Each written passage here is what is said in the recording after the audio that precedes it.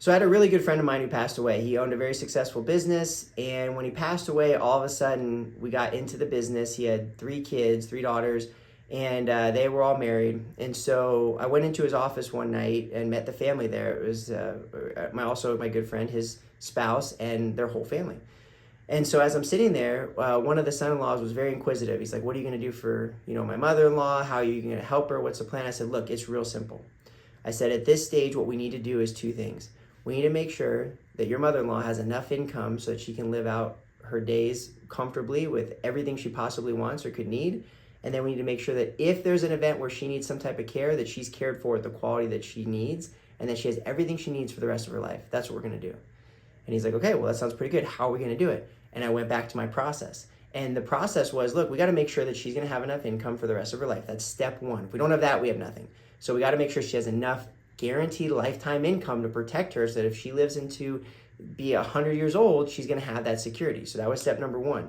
Step number two was, how do we get the right risk transfer tools so that if she needs long-term care, she gets to pick her plan. She gets to have a nurse come to her in her house, stay comfortable, and receive the quality of care without burdening the family. That was very important to her.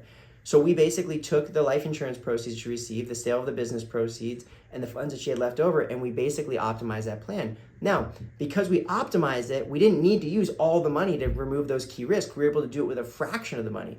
So she was actually able to put some of that money away to work, and she's actually been building wealth in retirement at a level that she's never had before. Because she has all of her bases covered with the least amount she needs, that frees her up to actually build wealth. And that's what we find all the time. This is why I think Dave Ramsey's so big on having you pay off your house, because once you have that removal of that obligation, which is really the same thing as creating income, now you have the freedom to show up and you can really put away in your savings and build wealth. And we see people's wealth skyrocket once they have all their needs basically covered, right? The mortgage is, with health insurance, is one of the biggest expenses on a monthly budget for a family for most people.